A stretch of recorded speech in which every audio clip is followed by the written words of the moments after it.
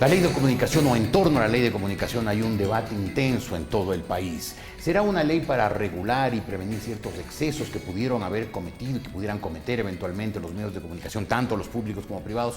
¿O será simplemente una ley mordaza para silenciar a los medios independientes e impedir así que con las voces políticamente disidentes puedan expresarse? El doctor Mauro Andino, asambleísta del partido político del gobierno Alianza País, miembro de la comisión respectiva de la asamblea que está tramitando el proyecto de ley de comunicación, está esta mañana aquí en larepublica.es. ¿Cómo está usted, doctor Andino? Buenos días. Gracias, buenos días. Un gusto poder compartir, Jorge, a los tiempos. Realmente una satisfacción. Claro, a los tiempos. No es fácil en esta época los periodistas independientes nos expresemos y usted lo sabe. Yo creo que hay independencia en este país, hay libertad. Usted sabe que no, y muchas veces lo hemos comentado. Y si no, no se diría lo que se dice en varios medios de comunicación si no existiera esa libertad.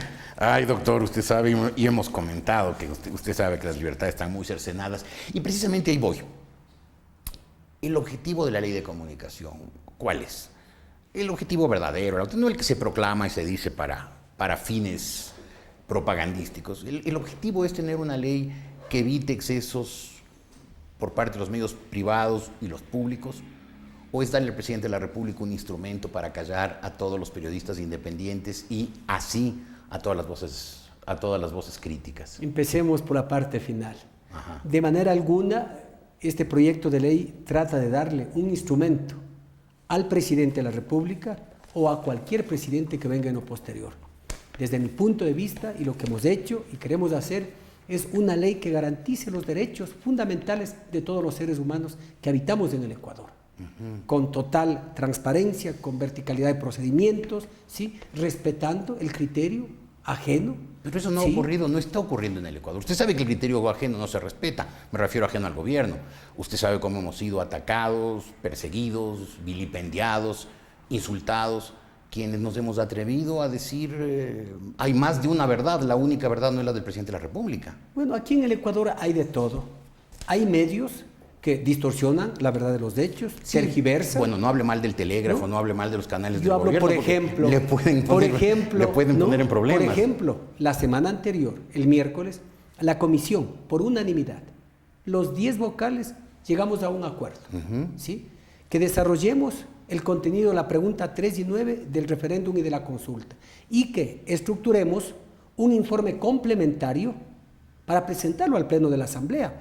Además de ello, también tratar varios puntos críticos o polémicos o controvertidos que se encuentran hasta este momento en el informe. Pero al siguiente día, ¿qué dijeron? Casi la mayoría de medios de comunicación impresos, nacionales, en primera parte, en primera plana, comisión inicia trabajo sin acuerdos. O comisión insiste en irrespetar los estándares de carácter internacional. Pero no había ya un acuerdo ético-político desde el año 2009 que los asambleístas del partido gobierno como que han ido suavemente archivándolos, metiéndolos en la gaveta para que se vayan olvidando. Porque si no, no habría mucho que discutir. Se dio un acuerdo ético-político en el año 2009, en diciembre. Y lo que consta precisamente en ese acuerdo ético-político se lo trasladó precisamente en el desarrollo del proyecto de la ley de comunicación, proyecto que lamentablemente estaba paralizado, está en manos del presidente de la Asamblea, pero que aspiramos que con la decisión del pueblo ecuatoriano se cumpla, porque la pregunta 9 es clara, precisa e incontrovertible, que la Asamblea Nacional, sin dilaciones y de acuerdo a lo que establece la ley, expida una ley de comunicación. En consecuencia, hacer lo contrario, desacatar lo que el pueblo nos mandó el 7 de mayo, sería irrespetar precisamente la voluntad del soberano, que es el pueblo.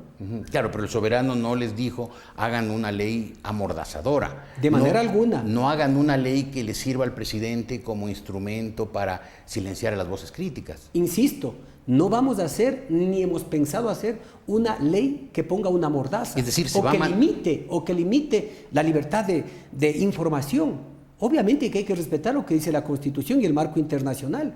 Hay limitaciones, hay que garantizar, por ejemplo, los contenidos en defensa de niños, niñas, adolescentes. Pero se han hecho peor aún, Jorge, que pretendamos crear esta ley para darle, insisto, como un instrumento al presidente. No, hay que ir mucho más allá. Hoy somos gobierno, mañana no podemos ser.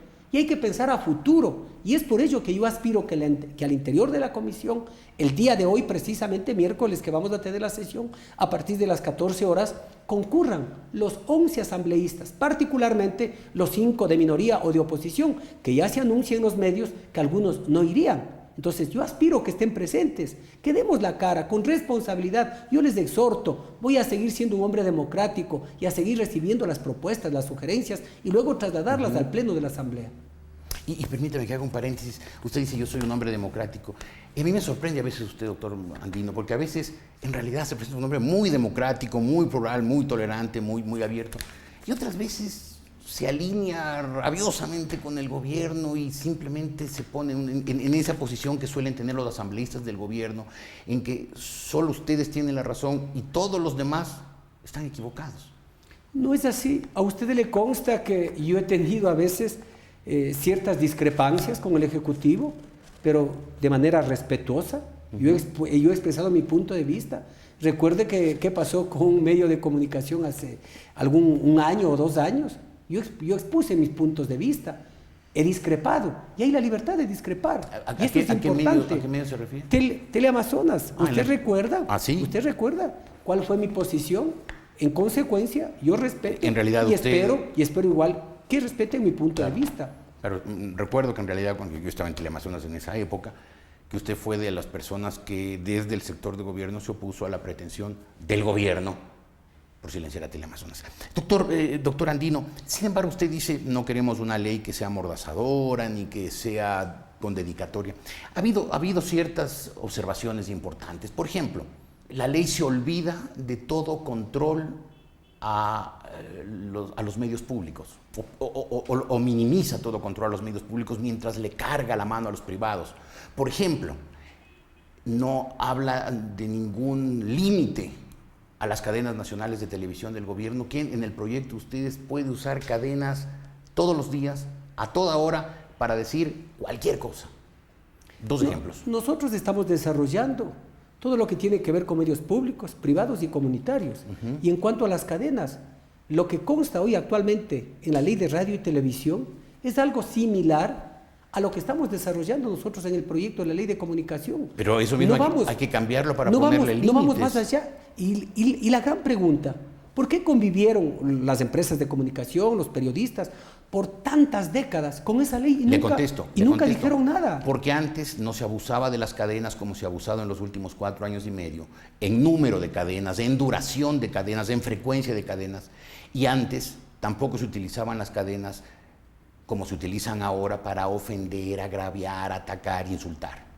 Bueno, igual nosotros podemos observar en los medios privados cómo se ofende, cómo a veces se agrede, pero hablemos también de lo que ocurre en la realidad, en los noticieros, que ciertos periodistas, ciertos comunicadores informan o desinforman y a la vez se vuelven actores políticos o a la vez también opinan. Pero cuando usted sabe como profesional, usted es un maestro en la materia, usted es un profesional, sabe que hay que diferenciar entre la información y la opinión. O se dedican a opinar o se dedican a informar. No. Pero hacer las dos cosas no me parece a mí, desde mi punto de vista, que no soy un especialista, pero no me parece adecuado. Porque no es un especialista. Desde pero mi a mí punto de vista. Es obvio que el momento que yo estoy entrevistando también estoy expresando mis puntos de vista.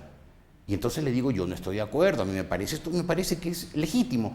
Y el que debe sancionar eso no es una ley en manos del gobierno para que la aplique a su mejor interés político, sino que quien debe sancionar eso es el público, que el momento que diga este periodista está cometiendo errores o se está excediendo o está desvirtuando su profesión, simplemente deja de leerlo o de oírlo o de verlo.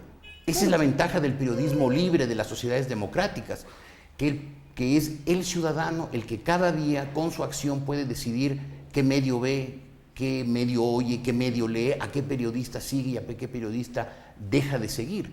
Y no una ley que en manos del gobierno se vuelve una mordaza y una censura. Pero no se trata así, porque no es que yo pretenda a rajatabla defender algo que no es correcto, que no es lógico. En el proyecto de ley, veamos cuáles son las atribuciones, por ejemplo, cuáles son las facultades del Consejo de Comunicación. Hoy, de acuerdo a la consulta, Consejo de Regulación. Veamos cuáles son esas facultades y usted va a encontrar, si no me equivoco, en el artículo 35 del proyecto, facultades que no van más allá de lo que establece el marco constitucional y los tratados internacionales de los cuales el Ecuador es parte. Es decir, sujeto al marco constitucional. Si es que hay algo que a lo mejor no está claro, no está preciso, para ello precisamente son estos nuevos debates, esta nueva apertura que se va a dar en la Comisión de Comunicación y luego en el Pleno de la Asamblea. Allá se debatirá con la finalidad precisamente de garantizar lo que todos queremos, no solo los medios de comunicación, no solo los comunicadores, sino todos los ciudadanos y ciudadanas. Queremos que se garantice ese derecho fundamental a la información, a la comunicación, a la libertad de expresión y de pensamiento, perfecto, que ahora, es de todos. Claro, así es, no solo del gobierno, por supuesto. No, ni tampoco de los medios. Tampoco, por supuesto que no, nunca ha sido. Doctor, por lo tanto viene mi pregunta final, consecuencia un poco de lo que usted me acaba de decir. Si es que el presidente de la República, por su odio a los medios independientes, reforma con un veto el proyecto abierto, pluralista que ustedes, los asambleístas, le quieren enviar, ¿usted se allanaría a esa reforma o no?